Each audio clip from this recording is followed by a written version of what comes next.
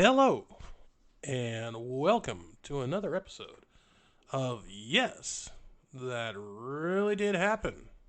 This time, we're going to discuss the Boston Molasses disaster. Something that does sound like fiction, but it really did happen. In January of 1919, a large storage tank filled with 2.3 million gallons of molasses, which incidentally weighs about 13,000 tons, burst, and a tidal wave of molasses rushed through the streets at approximately 35 miles per hour. You know that saying, slow as molasses? Doesn't apply when there's 13,000 tons of it, or 2.3 million gallons.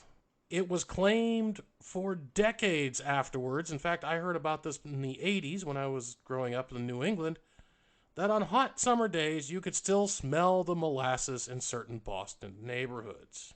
When I first heard about this, I always wondered, why was there a tank of 2.3 million gallons of molasses in Boston to rupture in the first place?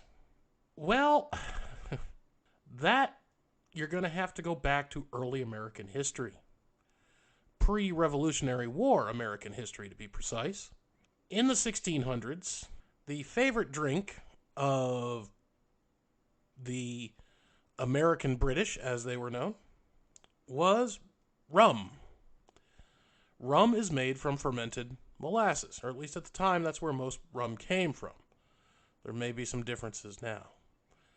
They would import rum from Caribbean nations, Caribbean islands, and some budding entrepreneurs in Boston figured out that they could make more money making the rum in Boston and importing the molasses. Molasses was easier to import. You could import more of it and make more rum than you could just importing rum. So this all made perfect sense. They made better deals and increased production, and they started obtaining molasses from the French and the English colonies. Britain was not real happy about this. So they started to levy taxes on it. In 1733, the Molasses Act taxed all non-English molasses. So they started importing it mainly from British colonies. No tax there. Import it from British colony to a British colony, there was no tax. They also smuggled quite a bit from French colonies as well. Now, remember, communication took a long time back in the 1700s. So by 1764, they're starting to wonder, where's all this money? There's all this rum being made, but there's not a lot of money out there. This is all happening in Boston, mind you. So in 1764, they passed the Sugar Act. This started protesting. This started rebellion. Thirsty Americans will not allow their liquor to be interrupted. Prohibition proved this in the 1920s, shortly after the Great Molasses Flood of Boston. Rum was used as payment. It was part of their pay for the militia of the Continental Army. They would get shots for being present at training. They were very worried when they ran out of rum in 1778. Rum was a really big thing, and remember, it's made from molasses, and it's made in Boston mostly. So this is why, even up until 1919, there was a large amount of molasses imported into Boston. Molasses was being used at the Purity Distilling Company, and they distilled a lot of ethanol from this molasses used in industrial and alcoholic beverages. And also at that time, alcohol was a very big component in munition. Industrial alcohol was in munitions. That would have been, pure alcohol, 100%. 200 proof alcohol. Moonshine except for industrial purposes. So, how did this tank rupture happen?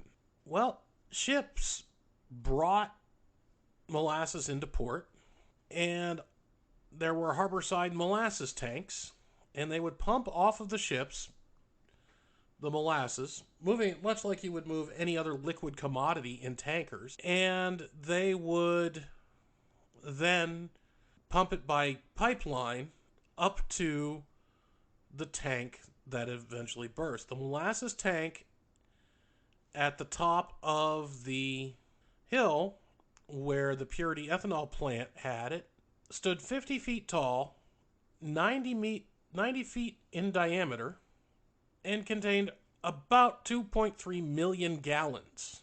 So what happened? On January 15th, 1919, temperatures in Boston had risen above 40 degrees Fahrenheit.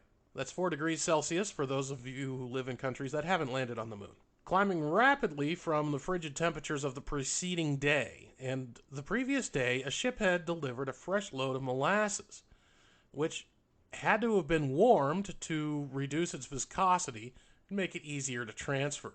This caused thermal expansion. Anybody knows when you heat things up, they get bigger. And liquid is no exception. Molasses is no exception. So the thermal expansion of the older, colder molasses already inside the tank caused it to burst open as the tank was overfilled. And it collapsed about 12:30 p.m. Witnesses heard a roar as the tank collapsed. The ground shook. It sounded like a train was passing by. There was tremendous crashing, a deep growling, and a large thunderclap. And the sounds like a machine gun as rivets from the storage tank popped out of the tank. The density of molasses is about 12 pounds per gallon, which is 40% more than water, which is about 8 pounds per gallon, resulting in the molasses having a great deal of potential energy. Now, for those of you who failed physics like me, potential energy comes from Newton's third law of physics, or maybe it's the second law of physics. I'm not sure, actually. This is why I failed physics. But an object in motion tends to stay in motion unless acted upon by another force. The more energy behind it, the stronger the force. The stronger the force, the bigger the force it takes to stop it.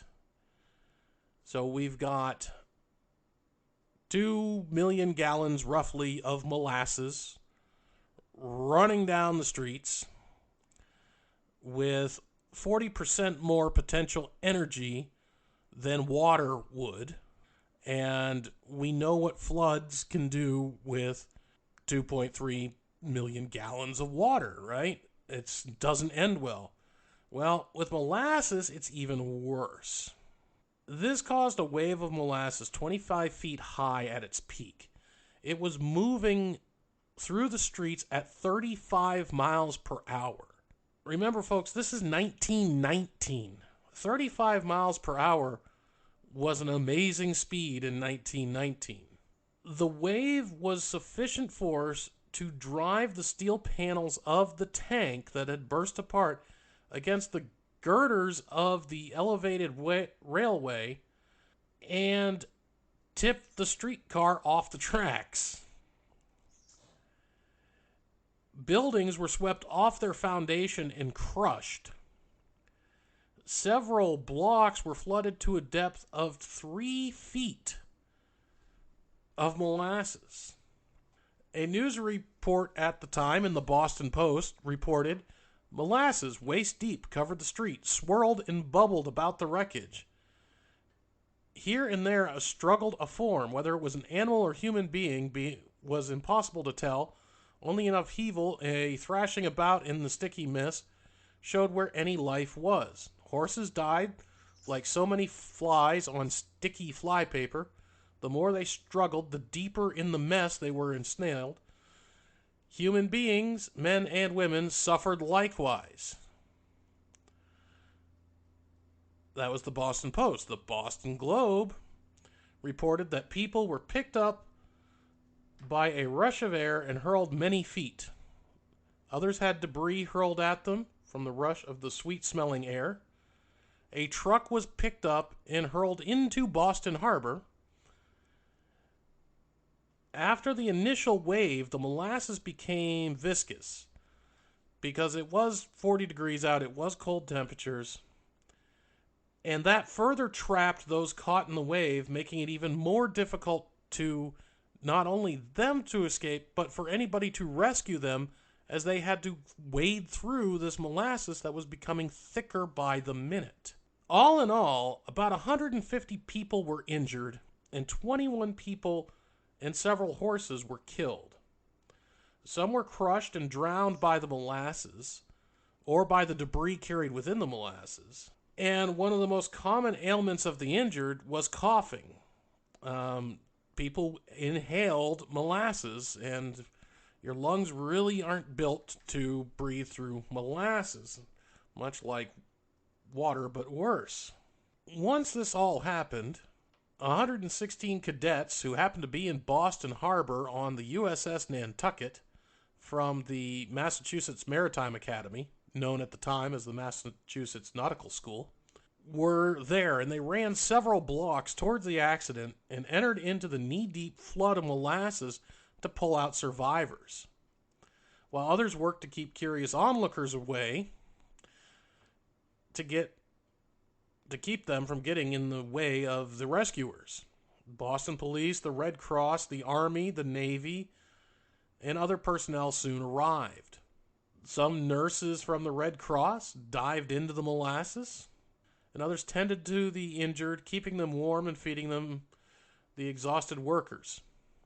Many of these people worked through the night, and the injured were so numerous that the doctors and surgeons set up a makeshift hospital in a nearby building. Rescuers found it difficult to make their way through the syrup to help the victims, and 4 days elapsed before they stopped searching. Many of the dead were so glazed over in molasses that they were hard to recognize. Other victims were swept into Boston Harbor and were found 3 to 4 months later after the disaster. Cleanup crews then descended upon the area and, using salt water from a fireboat, tried to wash away the molasses and use sand to absorb it. The harbor was brown with molasses until the summer. The cleanup of the immediate area took over a month, and it took a lot longer to clean the rest of Greater Boston and the suburbs, where there wasn't that much damage. The other areas of Boston were not damaged at all. Well, okay. All right, let's see. 1, 2, 3, 4. It took longer to clean up the rest of Boston. And the rest of Boston got dirty from the molasses flood, from the rescuers and spectators, onlookers, victims, what have you, tracking molasses all over town. Just imagine, they all had molasses on their shoes. It was unavoidable. And it just got tracked all over town. It took months to clean all of that up.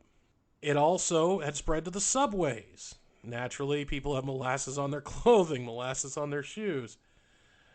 The seats inside of trains,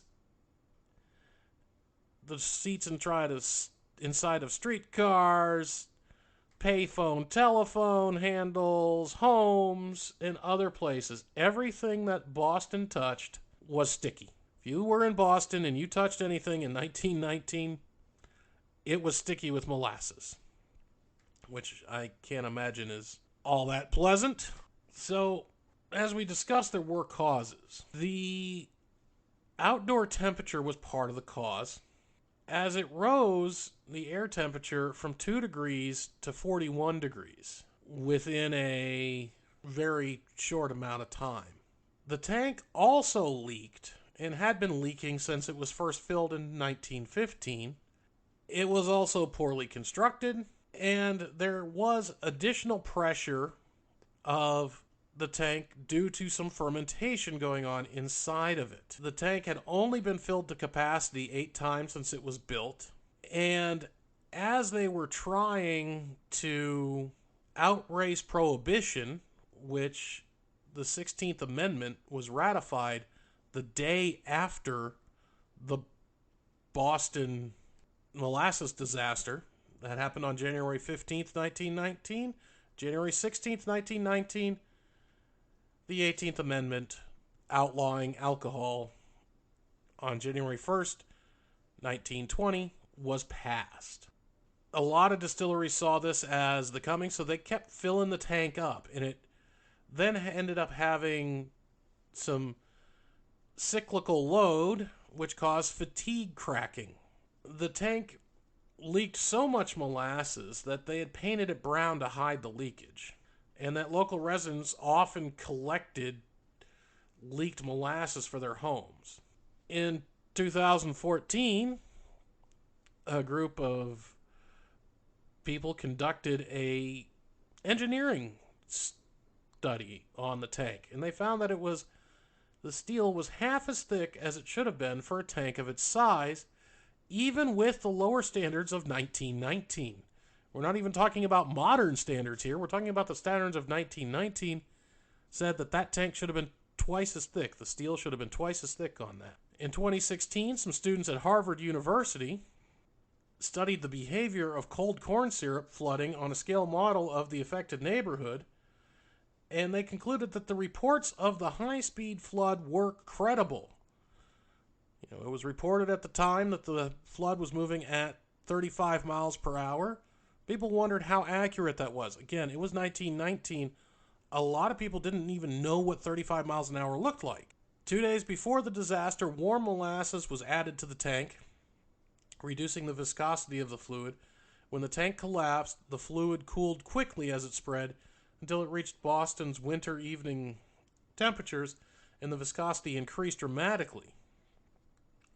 The Harvard study concluded that the molasses cooled and thickened very quickly as it rushed through the streets, hampering efforts to free the victims before they suffocated. This is just an incredible disaster.